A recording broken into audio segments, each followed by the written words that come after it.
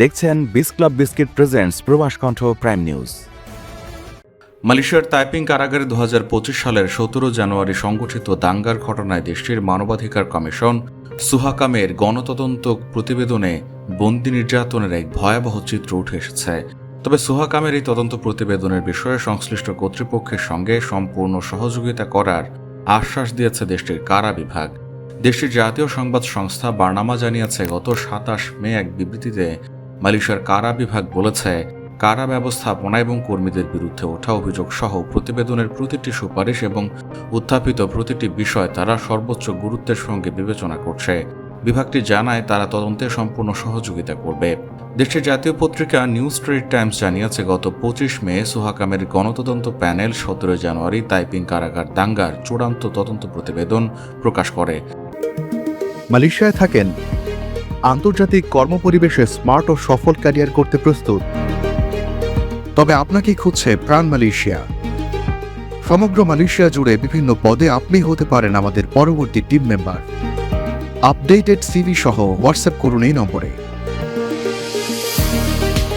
সুহাকামের chairman Mohammad হিশামউদ্দিন MD Yunus বলেন, কারাগারের senior কর্মকর্তাদের গুরুতর অবহেলা ও নিষ্ক্রিয়তা সরাসরি মানবাধিকার লঙ্ঘনের ঘটনায় ভূমিকা রেখেছে এবং এর ফলেই 61 বছর বয়সী বন্দী গান চিং এর মৃত্যু ঘটে।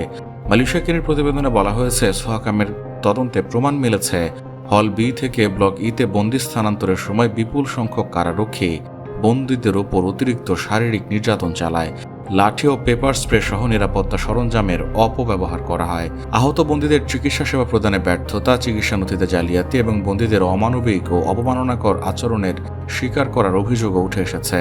তদন্তে আরও বলা হয়, হাতকড়া পরা বন্দীদের ঘুষি, লাথি ও পেপার স্প্রে ব্যবহার করে নির্যাতন করা হয়েছে। লাঠি নির্বিচার ব্যবহারে মাথায় গুরুতর আঘাত ও হাত পা ভেঙে যাওয়ার মতো ঘটনা ঘটেছে।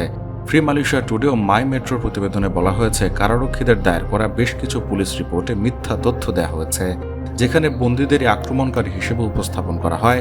একই সঙ্গে ঘটনার সময় ধারণ করা ছবি ও ভিডিও প্রমাণ মুছে ফেলার অভিযোগ উঠেছে।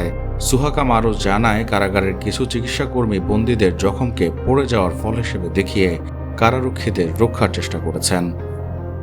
প্রবাস কণ্ঠ নিউজ ডেস্ক।